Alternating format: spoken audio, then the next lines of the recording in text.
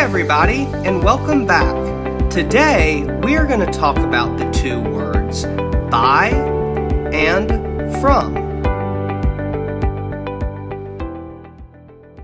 The words by and from are two words that can be easily confused because of the similarity between them. This is due to their implications and connotations. But actually, there is a difference between the two words. Take it away, Teacher Molly. Grammatically speaking, the words by and from are used as prepositions. The word by means instrumental case, while the word from specifies the ablative case. This is the main distinction between the two words. The word by indicates an instrument of action. Look at the sentence, "It is said by him."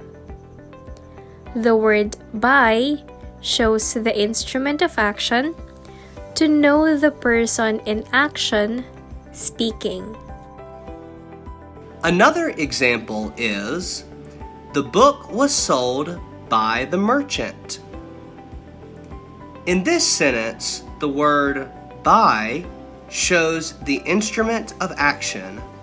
That is, of course, the merchant or the shopkeeper does the action of actually selling the book.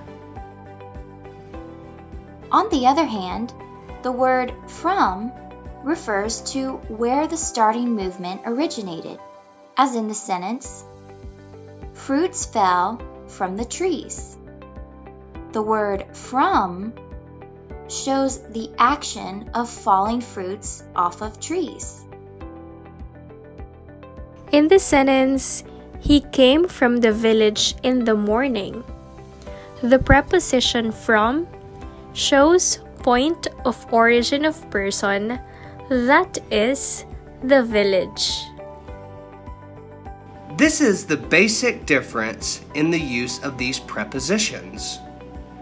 By is usually used to tell who is doing the action, while the word from is used to tell the beginning or the point of origin for the action.